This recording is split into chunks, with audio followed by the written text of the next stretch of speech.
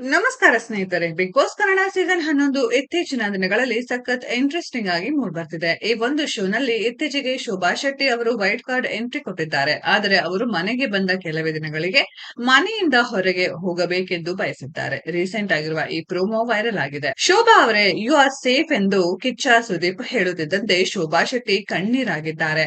ಶೋಭಾ ಅವರು ಎಲಿಮಿನೇಟ್ ಆಗಬಹುದು ಎಂದು ಎಲ್ಲರೂ ಅಂದುಕೊಂಡಿದ್ದರೂ ಕೂಡ ಅವರು ಸೇಫ್ ಆಗಿದ್ದಾರೆ. ಆದರೆ ಸ್ವತಃ ಶೋಭಾ ಶೆಟ್ಟಿ ಅವರೇ ಮನೆಯಿಂದ ಹೊರಗೆ ಬರಬೇಕು ಎಂದು ಬಯಸಿದ್ದಾರೆ.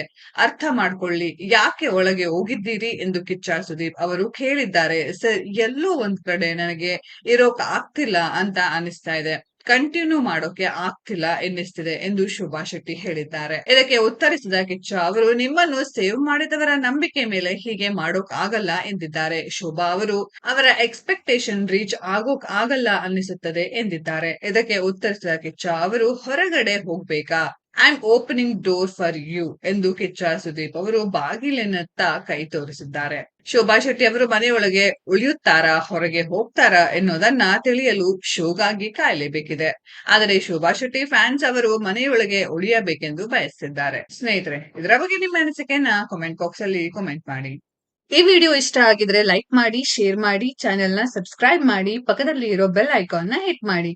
ಮುಂದಿನ ವಿಡಿಯೋದಲ್ಲಿ ಭೇಟಿಯಾಗೋಣ. ಧನ್ಯವಾದಗಳು.